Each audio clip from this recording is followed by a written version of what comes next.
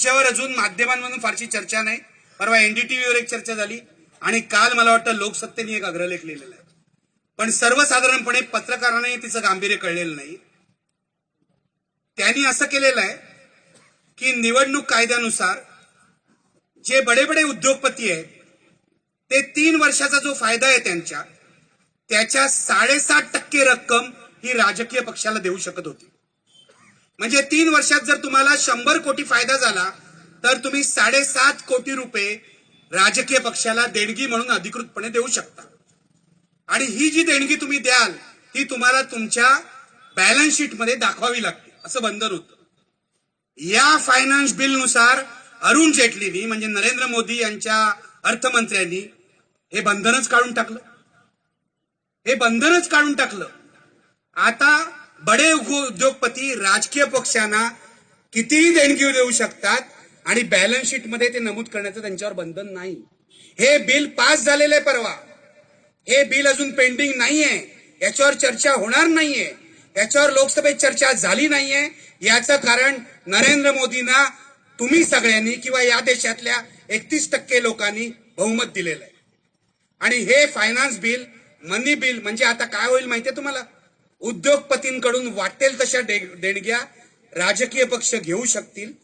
अरुण जेटली तर काँग्रेसकडे बघून म्हणाले, अहो आम्ही मोठ्या मनाने तुम्हाला सुद्धा पैसे घ्यायला परवानगी दिली, असं काँग्रेसकडे बघून म्हणाले. आणि काँग्रेसचे बडे बडे नेते लोकसभेमध्ये, राहुल गांधी कुठे होते मला माहित नाही, ते कुठे असता मला कधीच कळत नाही, पण ते बडे बडे नेते लोकसभेतले काहीही बोलले नाहीत, हे लक्षात घ्या. या तरतुदींना विरोध केला 2 माणसांनी. सीताराम येचुरींनी राज्यसभेत विरोध केला, जे मार्क्सवादी कम्युनिस्ट पक्षाचे नेते, आणि कपिल सिबल यांनी थोडा विरोध केला की अशा प्रकारे तुम्ही फायनान्स बिल मनी बिल म्हणून चर्चेशिवाय मंजूर करू नका. यातून भयंकर अवस्था आणि लोकशाही विरोधी ही घटना आहे, त्यामुळे ते तुम्ही करू नका असं कळकळीचं आवाहन केलं. पण सरकारने काही ऐकलं नाही. या फायनान्स बिल नुसार आता आधार कार्ड सुद्धा आपले इन्कम टॅक्स भरताना सक्तीचं होणार आहे, मॅन्डेटरी होणार आहे, लक्षात घ्या. या फायनान्स बिल नुसार आधार कार्ड पूर्वी अनेक स्कीमसाठी, सरकारी स्कीमसाठी, गरिबांसाठी आवश्यक होतं, पण आधार कार्डाला तज्ञांचा विरोध अशासाठी आहे त्यामुळे सर्वसामान्य माणसाची जी प्रायव्हसी आहे ती धोक्यात येऊ शकते. ह्या आधार कार्डाची जी माहिती आहे, त्याचा जो डेटा आहे तो हॅक होऊ शकतो. या फायनान्स बिलानुसार आधार कार्डाची सक्ती ही सरकारने लागू केलेली आहे. त्याशिवाय जी वेगवेगळी ट्रिब्युनल्स असतात, प्राधिकरण असतात, विमानतळ प्राधिकरण असतं, विमानतळाच्या कारभारावर देखरेख करण्यासाठी, त्यांचेही अधिकार आता कमी करून सरकारी हस्तक्षेप त्याच्यामध्ये वाढेल अशी परिस्थिती सरकारने निर्माण करून ठेवलेली. मी का लोकशाही धोक्यात आहे म्हणतो ते लक्षात घ्या. लोकशाही धोक्यात एका दिवशी येत नाही, ती कणाकणाने धोक्यात येत असते. म्हणून मी तुम्हाला सांगतो, तुम्ही सगळे सजग राहायला हवं, तुम्ही जागरूक राहायला हवं आणि हे बघायला पाहिजे.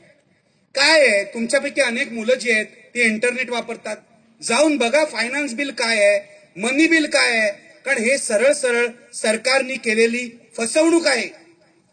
आता निवडणुकीसाठी वाटेल तसा निधी घेतला जातो. आता अधिकृतपणे नावं जाहीर न करता उद्योगपतींकडून हा निधी घेतला जाईल, हे लक्षात ठेवा. ही भयंकर गोष्ट आहे. ही लोकशाहीला सूड लावणारी गोष्ट आहे, हे लक्षात ठेवलं पाहिजे. आणि या गोष्टी होत असताना देशातला विरोधी पक्ष आपण अत्यंत कमकुवत करून ठेवलेला आहे. मला सांगा काय चाललंय विरोधी पक्षांचं? मला तर कधीच कळत नाही. नरेंद्र मोदींनी 2014ची निवडणूक जिंकली. मीडियाचं मोठ्या प्रमाणावर त्यांनी मॅनेजमेंट केली. आज मीडिया हा विषय नाही, पण मीडिया हा स्वतंत्र भाषणाचा विषय आहे. मीडियाची मोठ्या प्रमाणावर त्यांनी व्यवस्थापन केलं. सोशल मीडियाचा वापर केला. 2017च्या निवडणुकीतही त्यांनी त्याची पुनरावृत्ती केली. पण दुर्दैवाने मला तुम्हाला सांगावं असं वाटतं, विरोधी पक्षांना अजून जागही आलेलं नाही. भारतीय जनता पक्ष किंवा नरेंद्र मोदी काय करतायत, अमेरिकन पद्धतीने निवडणुका कशा लढवतायत, याचा साधा अभ्यास सुद्धा राहुल गांधींपासून अशोक चव्हाणांपर्यंत नेत्यांनी केलेला मला दिसत नाही. हे कशी आमची लोकशाही वाचवणार? मला हेच वाटतं, हे कशी आमची लोकशाही वाचवणार? आणखीन एक तुम्हाला उदाहरण देतो, परवाच आहे. परवा तुम्ही पेपर वाचता की नाही माहित नाही, टेलिव्हिजन बघत असाल, टेलिव्हिजनवर बातमी हल्ली सांगितली आहे की नाही मला माहित नाही, पण इंग्लिश चॅनलनी तरी ही बातमी सांगितली. मोदी सरकारने सुप्रीम कोर्टात सांगितलं की लोकपालाची नेमणूक करणं आम्हाला सध्या तरी शक्य नाही, सध्या तरी शक्य नाही.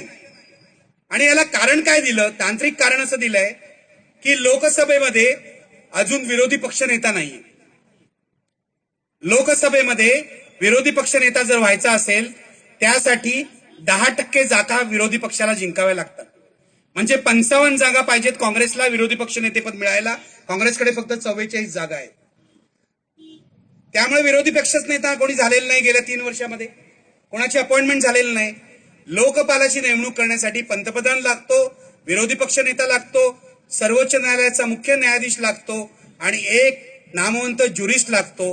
हे सगळे लोक लागतात. या 4 लोकांपैकी एक विरोधी पक्ष नेता नाहीये, म्हणून आम्ही लोकपालाची नेमणूक करू शकत नाही असं कारण मोदी सरकारने सुप्रीम कोर्टात दिलेलं आहे. मित्र, मला तुम्हाला विचारायचं आहे, या लोकपालासाठीच तर सगळा आटापिटा झाला होता ना. 2011 पासून 14 पर्यंत जे काय चाललं होतं ते काय चाललं होतं? या लोकपालासाठी सगळं चाललं होतं. अण्णा हजारे तिथे उपोषणाला बसले, लोकपालाची नेमणूक काही झालेलं नाही. बसा जरा, बसा.